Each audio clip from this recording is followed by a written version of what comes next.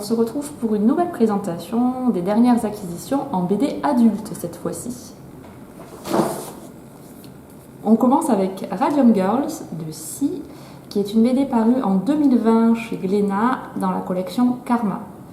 Karma, c'est une nouvelle collection de cette maison d'édition qui a pour vocation à mettre en avant les anonymes ou les oubliés de l'histoire, mais qui ont impacté la société par leurs actions marquantes ou contestataires à leur époque. Radium Girls, c'est donc une histoire vraie et tragique, celle d'un groupe de jeunes femmes ouvrières dans le New Jersey à l'orée des années 20. Le travail de ces jeunes femmes consiste à peindre des cadrans de montres militaires avec une peinture luminescente dans laquelle elles sont immergées du matin au soir. Or, ce qu'elles ignorent, c'est que cette peinture contient une matière extrêmement dangereuse pour leur santé. Il s'agit malheureusement du radium. La BD est extrêmement touchante. On se retrouve vraiment plongé dans le quotidien, l'amitié de ces jeunes filles qui sont pleines de joie de vivre, de confiance dans la vie et dont le destin va basculer malheureusement et qui vont tâcher de se battre ensuite pour obtenir justice. C'est une belle BD qui est illustrée avec beaucoup de fraîcheur et beaucoup d'inventivité par Si, dont c'est le deuxième album. C'est entièrement réalisé au crayon de couleur et dans un camailleux de couleur volontairement restreint avec une dominante de violet et de vert. Voilà. Une histoire vraiment très forte à découvrir absolument.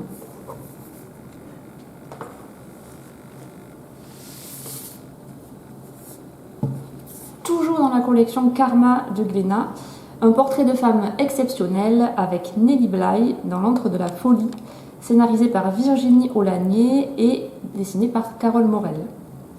Cette fois, il s'agit d'une BD biographique sur Nelly Bly, donc, qui est une pionnière du journalisme d'investigation. Et la BD se focalise plus particulièrement sur un épisode très marquant de sa carrière, à savoir son immersion dans un asile pour femmes. Donc, l'intrigue prend place en 1887 à New York et Nelly Bly, sous un faux nom, va se faire passer pour folle afin de se faire interner dans un de ces asiles et de dénoncer les conditions d'internement. L'enquête est aussi ponctuée par des récits de moments de son enfance et de sa vie personnelle et par les difficultés évidemment pour elle en tant que femme à s'imposer dans ce milieu très masculin, surtout au XIXe siècle. C'est une BD engagée qui dénonce vraiment le traitement réservé aux femmes à cette époque et qui met en avant cette figure extraordinaire, le tout servi par le dessin très plaisant de Carole Morel.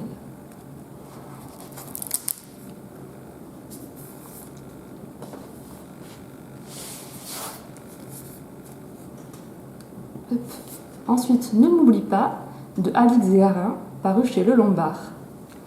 Là encore, les femmes sont au cœur de cet album, mais cette fois il s'agit d'un récit beaucoup plus intimiste, avec l'histoire de Clémence et de sa grand-mère qui est atteinte d'Alzheimer. Cette dernière dépérit dans la maison de retraite où elle est placée et d'où elle essaie fréquemment de s'enfuir. Clémence, qui ne supporte plus de voir sa grand-mère désespérée, va décider tout simplement de la kidnapper et de l'embarquer dans un road trip vers la maison de son enfance. Comme vous vous en doutez, c'est une BD très chargée émotionnellement, très forte, mais qui ne tombe jamais dans le pathos. Ça aborde vraiment avec une belle sensibilité mais la question de cette relation entre une grand-mère qui perd la mémoire et sa petite-fille, la relation aussi entre la mère de Clémence et celle-ci, et aussi la question d'accompagner les malades de la maladie d'Alzheimer, voilà, avec une quête de soi. C'est très personnel, très beau, on est vraiment dans l'empathie avec des personnages, et le dessin est très doux et très lumineux, voilà, malgré le sujet très difficile.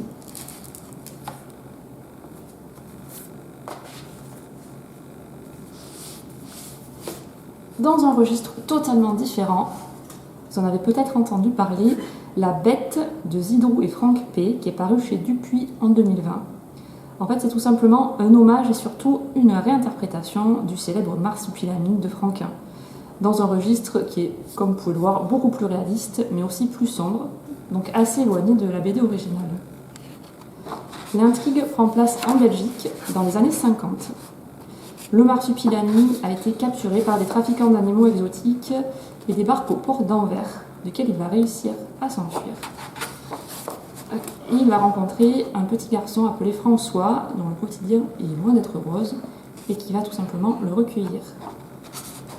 Voilà. On plonge facilement dans l'histoire, la BD est vraiment prenante, et en plus c'est un très bel objet, elle fait 150 pages, et comme vous avez pu le voir, le dessin est absolument superbe. Petite précision, il s'agit d'un tome 1, il y aura donc une suite.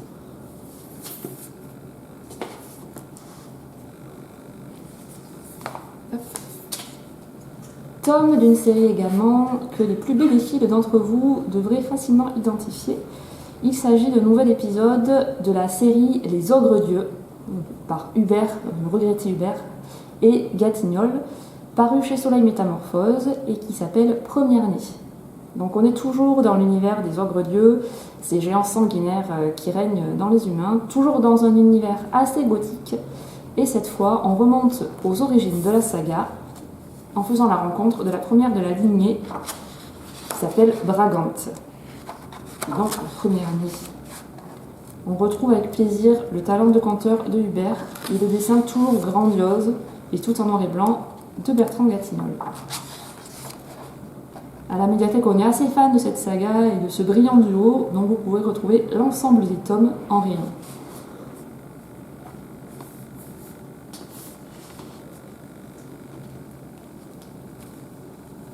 Et enfin, des suites de séries. Donc là, il s'agit du 3e et dernier tome de la série Ravage, par Morvan, Walter et Maqueté, qui est une adaptation du roman d'anticipation éponyme de René Barjavel. Donc ça vient clore la série, donc une trilogie. Et dans cette BD, là aussi, un graphisme assez réaliste et vraiment superbe. Vous pouvez retrouver les 2 premiers tomes à la médiathèque si ça vous tente. Et enfin, série très connue, donc Murena, de Dufaux, Théo et de la Bille, chez Dargaud. Il s'agit du tome 11 qui met toujours en scène les aventures de Lucius Murena, qui se déroulent donc dans l'Antiquité romaine sous le règne de Caligula.